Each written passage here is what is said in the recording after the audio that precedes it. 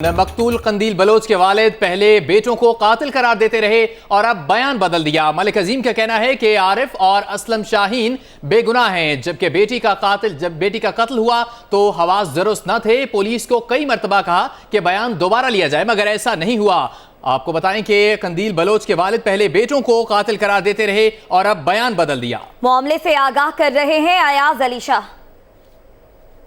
ہمارے ساتھ قندیل بلوچ کے والد موجود ہیں، ہم ان سے پوچھیں گے ان کے دو بیٹوں کو بھی جو ہے وہ پولیس اس کے اندر نامزد کر رہی ہے، جبکہ ایک بیٹا جو وسیم ہے وہ آلریڈی جو ہے وہ جوڈیشل ریمانڈ پر ہے، جس کے خلاف انہوں نے خود بھی اسٹیٹمنٹ ریکارڈ کروائی تھی۔ باقی ان کے جو دو مزید بیٹے ہیں، ایک بیرون ملک میں مقیم ہے اور ایک جو ہے وہ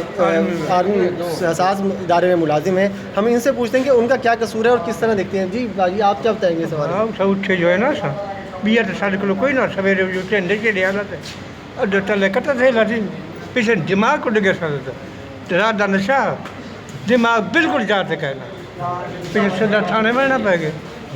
اٹھا میں غلطی کرنے کاوڑ کرنے دبا میں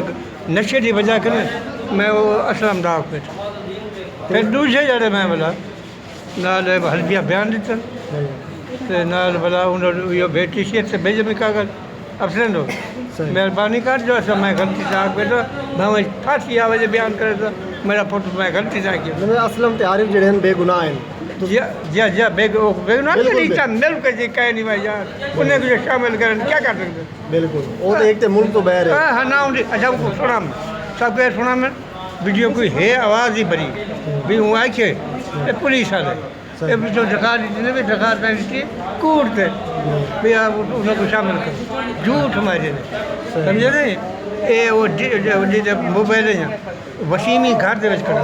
انہوں نے کالا کرنا اور بیا سودا ہے پیسے نہیں ہے ایک کوئی گھاٹا باتا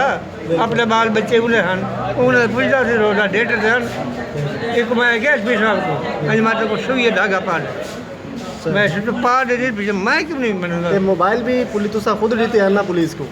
موبائل جڑے قندیل والے ہیں وہ چاہ گئے نا آپ اڈو اسا دیتے ہیں باقی آپ کیا کریں جی جی آپ نے سنا کہ ان کا کہنا تھا کہ ان کے دونوں بیٹے جو ایک سعودی عرب میں مقیم ہیں اور ایک حساس ادارے میں ملازم ہیں ان کا اس قتل سے کوئی تعلق نہیں ہے، جبکہ پولیس ان کو جو ہے زبردستی شامل تفتیش کر رہی ہے۔ جی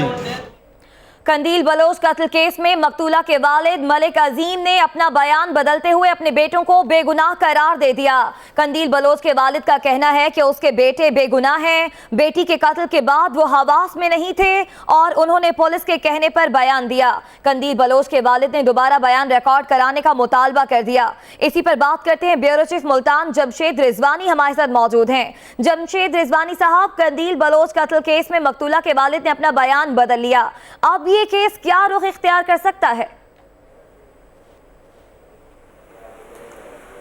دیکھیں ایک چیز تو ہمیں صحیح طرح دیکھنے کی ضرورت ہے کہ اس کے والد نے اپنے صرف دو بیٹوں عارف اور اسلم کے حوالے سے یہ کہا ہے کہ وہ بے گناہ ہیں اور وہ انہیں اس کیس میں شامل نہیں دیکھنا چاہتے، لیکن ایک جو مرکزی ملزم ہے وسیم جس نے یہ ایکٹ کیا تھا وہ جیل میں ہے اور وہ والد جو ہیں اپنے اس بیان پر اس بیٹے کے خلاف کم از کم قائم ہے۔ اس وقت تک انہوں نے اس کے خلاف کوئی بیان نہیں دیا، ہمیں اس کو صحیح اس میں رکھنا چاہیے کیس کے حوالے سے جو اس کا بیان ہے۔ دوسرا یہ ہے اس کیس میں اب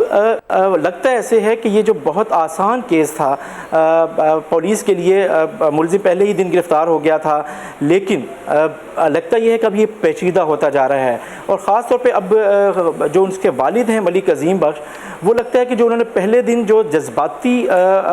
رد عمل کہیں یا اس وقت کا جو بیان تھا، اس کے بعد اب وقت کے ساتھ ساتھ جیسے جیسے وقت گزر رہا ہے تو اب وہ سوچ سمجھ کر بیان دے رہے ہیں، اپنے باقی فیملی کو بچانا چاہتے ہیں، اپنے بچوں کو بچانا چاہتے ہیں۔ وہ اب اس پوزیشن میں ہیں کہ وہ پولیس کی تفتیش کو ڈکٹیٹ کرا رہے ہیں، اب وہ صرف وہ چاہتے ہیں جو پولیس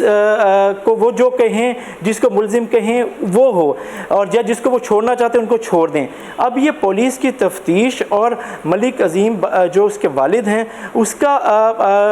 دیکھنا ہوگا کہ پولیس اس کے بیانات کو کس حد تک اہمیت دیتی ہے۔